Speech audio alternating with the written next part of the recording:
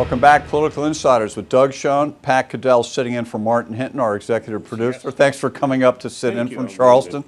You know, there are some viewers, you should know, John, who actually find Pat earthy and lovable and preferable to our regular panelist, Martin. Martin Hinton, our executive producer. Exactly. We're just kidding. All right, let's get on to the Republican race and the issue of Governor Bobby Jindal, who I think is about to announce, governor of Louisiana. We have a poll we're going to put up, which is the Real Clear Politics average of all the Republican candidates, and Bobby Jindal is at the moment at 1%. Well, that's the top next page. That's the top 10, and then we go to the next page, and there is Governor Jindal, who has not yet announced, has been in the trenches as a conservative for a long time fighting, is a Catholic, has some Indian, and an ethnic background. An Indian, and questions come up. If he announces, and when he announces, will he get a boost? Is there something to his candidacy, Pat? Well, I don't know if there's something to his candidacy. Let me say he'll probably get a boost. Everyone has gotten something. Except Rand Paul. Except Rand Paul. But the problem is, if you think of this race between senators, governors, and outsiders, among the governors, he probably has the weakest record to run on, but maybe perhaps Christie.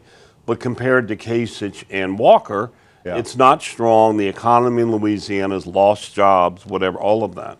So I think his argument becomes lessened.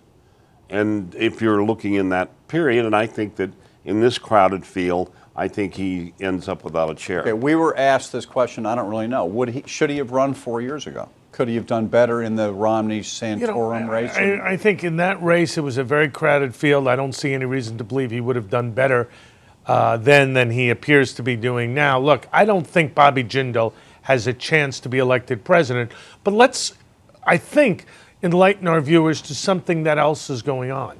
There is another couple of elections that are going on that are beneath the surface. First, there is a sort of race for vice president, number 2. Again, I don't see him as a likely vice president, but there's a race for cabinet spots, for ambassadorships and positions. And candidly, I think of the 16 prospective candidates, John, at least 10 or 12 of them are running for something other than president. All right, let's go over that. If we put the chart back up, all of them, if we could put them back on the screen, and we could go through some of them. Like Ben Carson, doing very well, 4th place, 9.4%. He's my Surgeon General. I think Secretary of Health, Education, and Welfare to preside over Health and Human Services. Excuse me. Taking apart Obamacare. That's where he's gone. Carly Fiorina, who's on the second page. Secretary of Commerce. Definitely. Something like that. Yep. And for vice president, way ahead is Rubio. He's way ahead as the leading guy if he doesn't win the nomination. But let's focus also.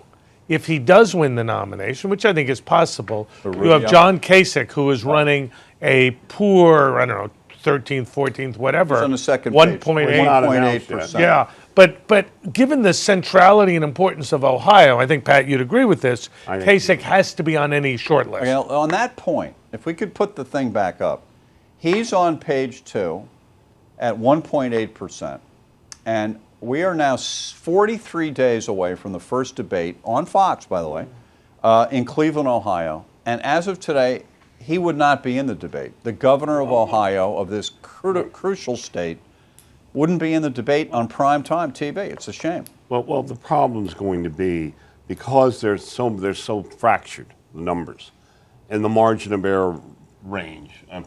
Doug, yeah, you are. And they are not polling likely, these polls are all different. Some have Republicans, some have likely primary voters, whatever. Some are just all voters. Some are all voters, and some of the problem is that the numbers are such that you get subgroups that are where the margin of error is 6.5% to 8.5%. Well, that covers the whole field. Right, we only have 30 seconds. Anyway. You mentioned off the air, Trump is in this debate in these numbers, but he has to be an announced candidate, and he has to file these papers, right? I think you have to be a filed candidate. I think that's right. They said that he was going to file within the 15-day period. At least that's what Michael T. Cohn, and maybe it's 15, maybe it's 30, but they've said he's going to file the papers. Whether that happens, obviously. And also, Chris Christie is in this top 10. He's not filed. He hasn't announced. But he will. Well, it looks like he is. I think we're going to end up with 16 people. by 16. early August. Yeah, and they're going to be 6 of them are going to be very unhappy if they're not Well, in the debate. there's going to, yes, but right. that's another issue. More on this Sunday night with Doug Schoen, Pat Caddell sitting in for Martin Hinton. I'm John LeBoutelier. Join us Sunday night, 7:30 with Harris Faulkner. We love Martin, but we love Pat more. Oh, poor Martin. No, that's not true. I just visit.